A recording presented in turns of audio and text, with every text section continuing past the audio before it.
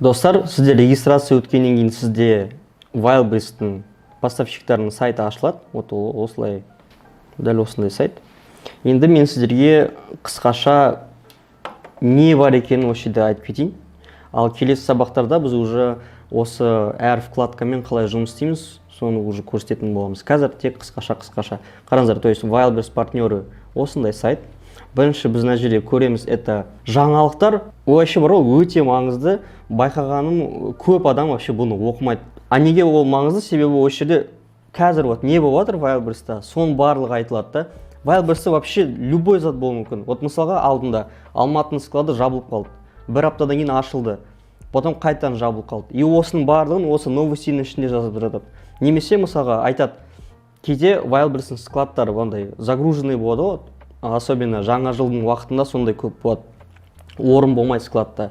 И сол уақытта Wildberries айтады, қазір мынау складта мысалға орын жоқ, бұл жерде платный приемка мысалға әр товарға, просто бір штук товарға там мысалға 30 рубль дейді. И сіз аласыздар да 500 товарды апарып тастайсыздар жаңалық оқымай. А потом Wildberries сіздерден сол әр 500 товар үшін үстінен 30 рубль ұстап қалады. А сіздерге осы жаңалықты оқу керек еді. То есть всегда новостиді оқимыз күнде, себебі бұл енді біздің жұмысымыз. Енді қараңыздар, мына жерде начало продаж дейді, то есть мына жерде көрсетіп жатыр, не істеу керек. Заполните реквизиты, создайте карточки, добавьте склад, получите задание на отгрузку дейді. То есть, қысқаша түсіндіріп жатыр сіздерге не істеу керек екенін.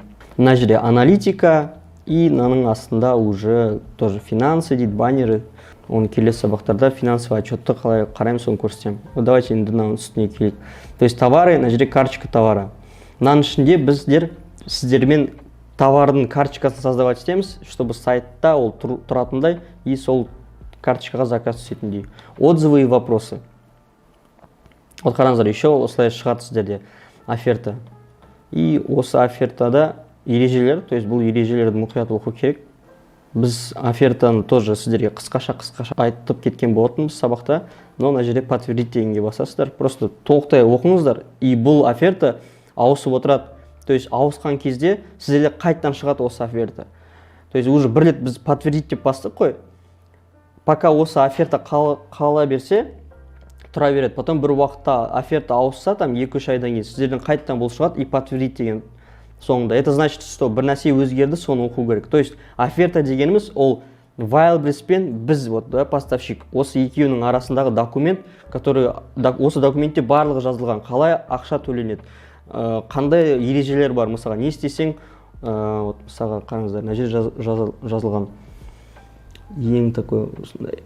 Вот 168 сағаттың ішінде товарды апару керек дейді. Товарыңды апармасаң немесе отказ жасасаң, 35% товардың бағасынан 35% штраф болады дейді. То есть осыны обязательно оқу керек. Так, все, подтвердите бастым. Енді отзывы и вопросыға келейік.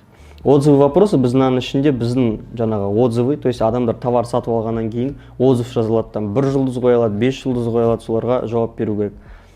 Отзывтарға күнге жауап беруге тырысу керек. Вопросыға тоже. Себебі егерде вопросыға біз 3 күннен көп жауап бермейтін болсақ, то Wildberries бізге ограничение қойып тастауы мүмкін, то что біз больше карточка товара создавать ете алмаймыз. Все, вот отзывы и вопросы очереден жауап береміз. Мои бренды, то есть мына жерде біздер қазір товар создавать еткенде мына жерде біздің брендіміздің аты шығады. Сразу біз карточка товара создавать еткенде бренд ойлап таба саламыз. Типа как бы бізге бренд регистрация жасап, ондай ештеңе керек емес, просто любой атты ойлап табамыз. И осы жерде сразу ол бізде мои бренды да шығады. И осы жерде мои брендіға лого қойсақ болады.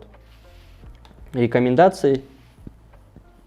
Так, мынаны давайте сайттан алып көрсетейін. Вот мысалға осындай товар бар. То есть әр продавец осы товардың астында еще өзінің товарларына реклама жасай алады.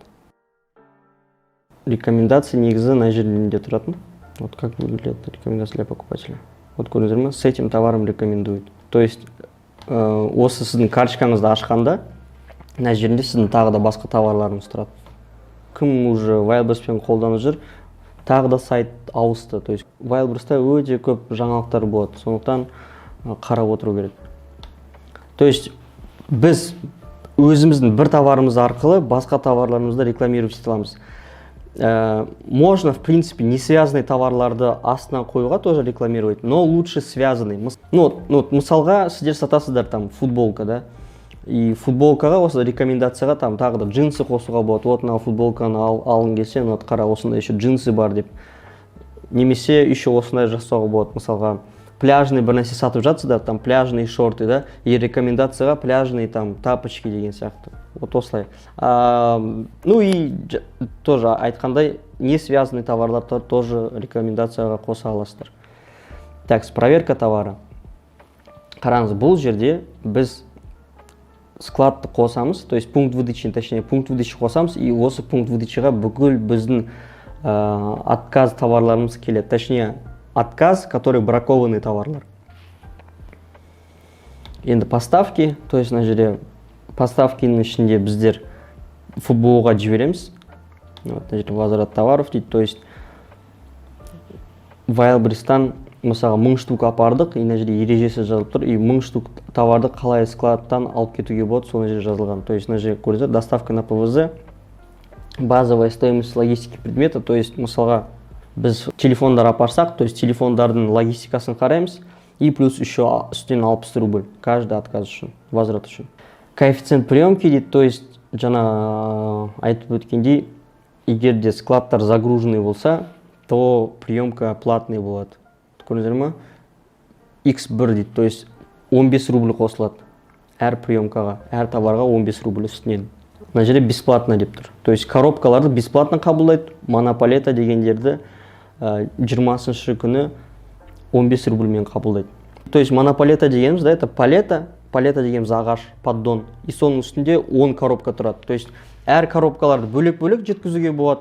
Егер де сіздерде уже көп коробка болса, 10 коробка уже палетамен апару керек. То есть олар жаңағы ағаш поддонға қойылу керек, себебі ағаш поддонмен ондандай машиналар бар ғой, көтеріп алып кете алады. И солай апару керек. Сондықтан да вот мына жерде палеталарды қабылдау платный болып тұр, уже көрдіңіздер ме? Себебі орындар, возможно, осы складта аз. Так, енді қараңыздар, енді поставки дейді. Бұл жерде біз фбо-ға қалай товар жібереміз? Поставка создавать етеміз, ол келесі уақытта. Marketplace, сборочные задания, бұл жерге біздің ФБС заказдарымыз келеді, управление остатками біз осы жерге біздің складымызда қанша товар бар екенін көрсетеміз. Мои склады пропуска, бұл жерде біз складты қосамыз. Требования к стикеру и упаковке, то есть мына жерде бізге Wildberries айтып жатыр, қандай қағазда упаковка болу керек. Для печати использовать термопринтер дейді, термопринтермен жіберсін дейді. То есть термопринтерда распечатанный болсын дейді. Размер бумаги осындай 30-ге 40, 40-қа 58 болсын дейді. Но оны біз тоже түсіндіреміз уже на деле. Marketplace жаңағы ФБС системасы ғой, ну то есть мына жерде мынау барлығы ФБС системасына байланысты, сол туралы соның ережелері. Так, цены и скидки. Цены и скидки мына жерде қалай бағаны ауыстыру керек, сол туралы. Календарь акций. То есть Wildberries-та әр айда акциялар болады. То есть осы жерге акциялар қараймыз, и акциялар тоже продажаның көбеюіне көмектеседі. Сондықтан акцияларға қатысуға тырысу керек. И аналитика дейді. Аналитиканың ішінде отчеты бар. То есть отчеты каждый негізі пайдалы. Мысалға продажа по регионам деген бар. Продажа по регионамды мына жерде таңдайсыздар. Мысалы 1-нен 19-на дейін сохранить деп. И көрсетеді қанша заказ болған, области и города дейсіздер. То есть қай қалада көп заказ, соны тоже көре аласыздар. Вот көрдіңіздер ме? Доля дейді, пайыз. То есть қай жақта пайызы көбірек, сол жақта бізде заказ көп. То есть сол жаққа бізге фбо-мен уже жіберуге болады деген сөз. То есть қазір негізі жақсы сататын поставщиктар тырысады тек бір складқа ғана апарып емес фбо-ға, а уже бірнеше Новосибирск, Екатеринбург, Краснодар барлығын апаруға тырысады. И солай қарайсыздар процентным соотношение, қай жерде көбірек, сол жерге көбірек товар апару керек, қай жерде азырақ заказ беріп, сол жаққа азырақ апару керек. Так, что продавать на Wildberries? На жерге негізі кіруге болады, как бы идея алу үшін. Но на жерде не факт то, что вот на жерде мебель жазылып тұр, значит осы затты сату керек деген сияқты. Да, то есть отчет негізі показывает, насколько быстро продается товар в целом по компании и определяет доступность товара для клиента дейді. Көрсетіп жатыр дефицит товара, то есть айтып жатыр, товарлар аз дейді да.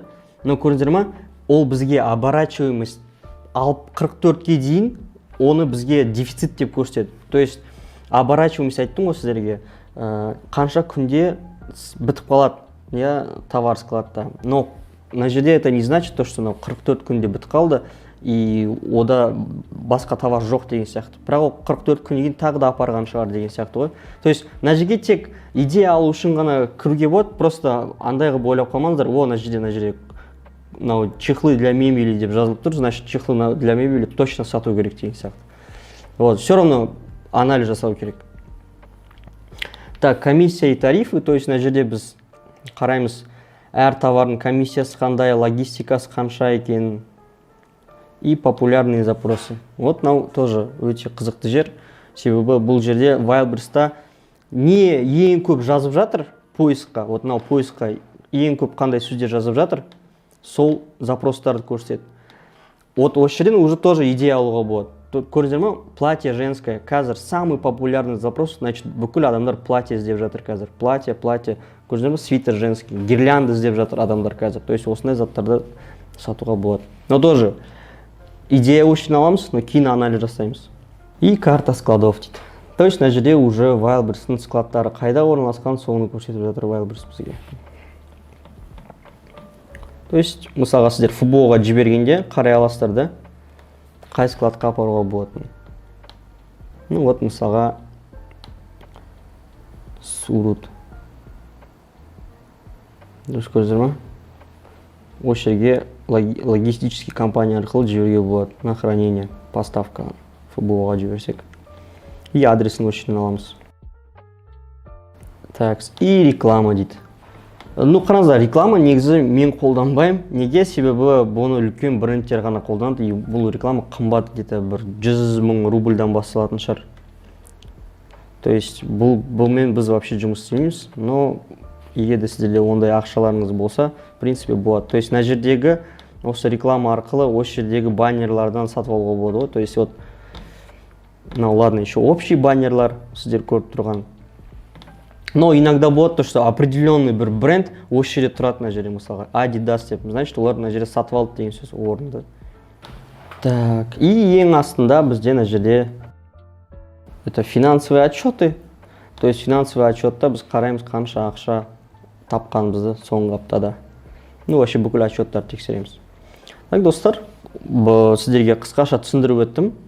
Енді келесі сабақтарда осы вкладкаларды қалай уже қолдану керек екенін, кіріп қалай карточка создавать етеміз, қалай заказдар жібереміз, соның барлығын көрсететін боламын. Сау болыңыздар.